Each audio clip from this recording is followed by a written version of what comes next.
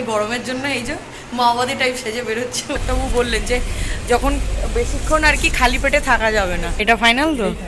আজকে শাশুড়ি জামাইয়েরই বাজার। Hello everyone, good morning, welcome back to the channel. আশা করি সবাই খুব ভালো আছো। তো আজকে হচ্ছে শনিবার, সকাল এখন 9টা বাজে। তো উঠে গেছি আজকে অনেক সকাল সকাল, অলমোস্ট তখন 7:30টাও বাজেনি, তখন উঠে গেছি। তো উঠে আমার ঘরে যা যা কাজ ছিল, ঘরটর গোছানো, তো সেসব করাও হয়ে গেছে। এখন যাচ্ছি ফুল আনতে। তো ফুল টুল এনে স্নান টান করে রেডি হব, বেরোবো। তো কোথায় বেরোবো না বেরোবো সেটা একটু পরে বলছি। তো চলো, এসে তাড়াতাড়ি ফুলটা নিয়ে এসে আমার অভিজ্ঞ ডাক্তার হচ্ছে, এখন ও আমার জামাটাই আয়রন করে দেবে। তো যাই হোক, এখন আমি বেরোই ফুল আনতে। আর চলো তার সাথে সাথে যে দিনটাও শুরু করি। ফুল তো নেওয়া হয়ে গেল, বাট বাইরে যা ট্রিমেন্ডাস গরম, বাপরে বাপ, পুরো অস্থির লাগছে যেন এইটুকু সময়ের জন্য বেরিয়ে। তো অলমোস্ট 12টা বাজতে যায়, ভেবেছিলাম তো 11:30টার মধ্যে বেরিয়ে যেতে পারবো, বাট এই গরমের জন্য এই যে মাওবাদী টাইপ সেজে বেরোচ্ছে, ওই জন্যই এইসব রেডি হতে গিয়ে একটু দেরি হলো। তো যাই হোক, স্নান টান করে পুজো টুজো দিয়ে লাঞ্চ করে এখন বেরোচ্ছি। তো কোথায় যাচ্ছি বলি, যাচ্ছি হচ্ছে নিউরো সায়েন্সে, মানে আইনকে, যেখানে বাবাকে দেখাই, সেখানেই যাচ্ছি আমি। ওই বলেছিলাম না আগের সপ্তাহে যে এই সপ্তাহে আমার অ্যাপয়েন্টমেন্ট নেওয়া আছে নিউরোলজিস্টের কাছে, তো সেখানেই যাচ্ছি। ওই মাইগ্রেনটা এতটাই এখন বাড়াবাড়ি হয়ে যাচ্ছে যে কোথাও রাস্তায় বেরোলেই আমার মাথা যন্ত্রণা শুরু হয়ে যাচ্ছে। তো এবার ও চেন্নাই থেকে আমাকে বলেই দিয়েছিল যে মাথা যন্ত্রণা না কমলে চশমা পরেও তো নিউরোলজিস্ট কনসাল্ট করতে, তো সেটাই যাচ্ছি এখন। তো কী যে বাইরে আজকে গরম, এই গরমের কারণটা তো আমরা বুঝতেই পারছি, বল। সে যে আগামীকাল আসছে, তাই না? আসছে। কে আসছে? সে আসিতেছে সেজে গুজে। হ্যাঁ, এখন যে গোকুলে বাড়ছে, আসছে সে রেমাল। কাল আর পরশু আমাদের মজা মজা হবে। তো যাই হোক, কারোর যেন কোনো ক্ষয়ক্ষতি না হয়, কারোর যেন প্রাণহানি না ঘটে, এটাই হচ্ছে ব্যাপার। তো আমরাও খুব সাবধানে থাকবো, তোমরাও সাবধানে থেকো। চলো মা, টাটা, আসছি। দুষ্টুমি করবে না, ভালো হয়ে থাকবে, বাবাকে বেশি জ্বালাতন করবে না, ঠিক আছে? যা রোদের মধ্যে ঝলসাতে ঝলসাতে এলাম না, বাবারে বাবা, পুরো গায়ের মধ্যে মনে হচ্ছে কিলো কিলো ট্যান পড়ে গেছে। তো পৌঁছে বিলিং করে এই ওয়েট করছি, এখন কখন ডাক আসবে জানি না, প্রচুর ভিড়। ডাউট লাগছে, তুই না কেন কেন? আরে ঢোকার সময় আমাকে বলছে আপনি পেশেন্ট। আরে আমাকে দেখে কি পেশেন্ট মনে হচ্ছে? 1 ঘন্টার উপরে হয়ে গেল ওয়েটিং, আর ভালো লাগছে না, কিন্তু প্রায় অর্ধেক ঘুমিয়েই পড়েছে। বসে থাকতে থাকতে 3টে বাজে, এখন এত খিদে পেয়েছে। ও এইখানে তো কোনো ক্যাফেটেরিয়া বা কোনো রেস্টুরেন্ট পেলাম না, মানে হসপিটালের এই ওপিডি বিল্ডিংয়ে। তো বাধ্য হয়ে বাইরে গিয়ে একটু বিস্কিট নিয়ে এলো, আর কি করবো, এইটুকু দিয়ে আপাতত খিদেটা মেটাই। আমাদের আজকের মতো ডাক্তার দেখানো পর্ব মিটলো। এখন 4টে বাজে না, অলমোস্ট 4টে। তো এতক্ষণে সবাই বেরোচ্ছি, আমরা এসেছি 1টার সময়, 4টের সময় বেরোচ্ছি, 3 ঘন্টা, বাপরে বাপ। তার মধ্যে এত খিদে পেয়েছে, আর খিদে পেলেই আমার মাথা যন্ত্রণা শুরু হয়ে যায় মাইগ্রেনের। তো এটাই ডাক্তারবাবু বললেন যে যখন বেশিক্ষণ আর কি খালি পেটে থাকা যাবে না, 4 ঘন্টা বাদে বাদেই কিছু না কিছু খাবার খেতে হবে। এখন এত জোর খিদে পেয়েছে, আর ভালো লাগছে না। এ আবার বাইরে বেরিয়ে নাকি খাবারের দোকানের খোঁজ নিয়ে এসছে, কারণ এটা এমনই একটা জায়গা, মিন্টো পার্কে, বেগবাগানের বেগবাগান। তো এখানে খাবারের দোকান তো আশেপাশে নেই, একটু হেঁটে যেতে হবে। উফ, আগে গিয়ে কিছু খাই। আর ওষুধ বলতে একটাই ওষুধ দিয়েছে, আর একটা SOS বেসিসে ওষুধ দিয়েছে, ওটা খুব মাথা যন্ত্রণা হলে তখন খেতে হবে। আর একটা ওষুধ দিয়েছে, এটা 2 মাস খেতে হবে, 2 মাস পরে আবার আসতে হবে। কি কতগুলো আবার টেস্ট ফেস্টও দিয়েছে। সামনে চা দোকান পেয়েছি, সেখানেই ঢুকে পড়েছি। 4টে তো বাজে, এখন আর সেরকম দুপুরের ভাত তো কোথাও পাবো না। তো যেখানে সামনের দোকানটাতে ডোসা পেয়েছি, তো দুজনেই নিয়েছি মশলা ডোসা। ডোসা দিয়ে কি আর শুধু লাঞ্চ হয় গো? পেটে এখনও যা খিদে রয়েছে না, বাট এখন কোনো দোকান খোলা নেই। তো ভাবছি আজকে এক্সাইডের ওইদিকে যখন যাচ্ছি, তো একটুখানি মোমো ট্রাই করাই যায়। এক্সাইডের ওখানকার মোমোটা দারুণ খেতে হয়। তো আমরা এখন যাচ্ছি হচ্ছে একটু ফ্যাশন ফ্যাক্টরিতে, কারণ জামাই ষষ্ঠী তো আসছে।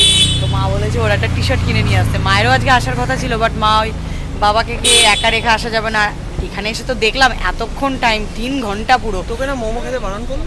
হ্যাঁ, মোমো খেতে বারণ বেরিয়ে যখন আমি বলেছিলাম, তখন তুই বললি না না, তোর তো এইসব খেলে তো অতটাও মাথা যন্ত্রণা হয় না, তোর খালি পেট থাকলে মাথা যন্ত্রণা হয়। প্রুফ আছে, সব বলেছি আমি। তা আমিও কি, ডাক্তারও যে বলেছে তার কোনো প্রুফ আছে? কি বাবা, ডাক্তারকে তুই মিথ্যা কথা বলছিস? তো যাই হোক, এখানে যে এতটা টাইম লেগে যাবো, তো ওই জন্যই মা আজকে আসেনি। মা আসলে পুরো বাবার আজকে খাওয়া দাওয়ার 12টা বাজতো।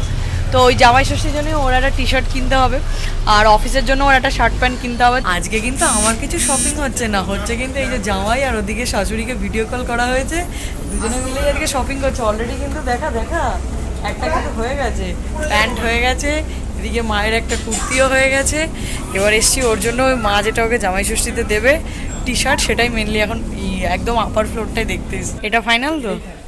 এই ফুল স্লিভ টি শার্টের জন্য কত ঘুরতে হলো, বাপরে বাপ। লুজ ফিটিংও আছে, হ্যাঁ। গরমে পরে আরাম হবে। কালারটা পছন্দ হয়েছে?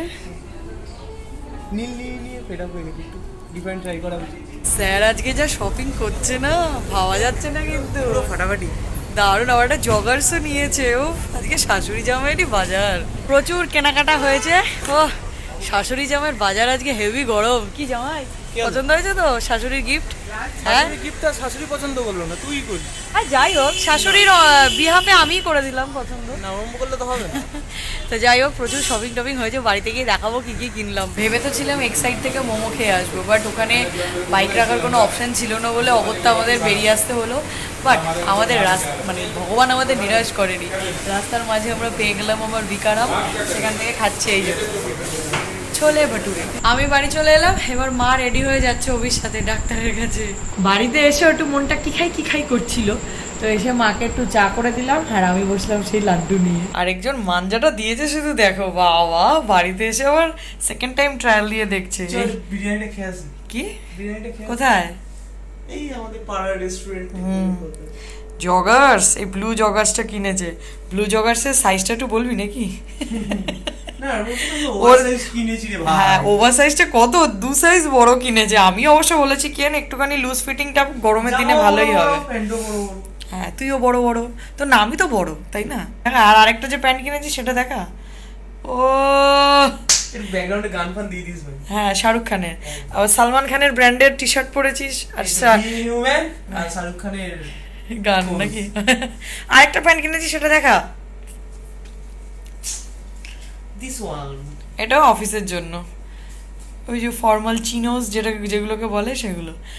আর এই যে টি শার্টটা পরে আছে, এই টি শার্টটা হচ্ছে জামাই ষষ্ঠীর গিফট ফ্রম মাই মাদার, না from his mother in law.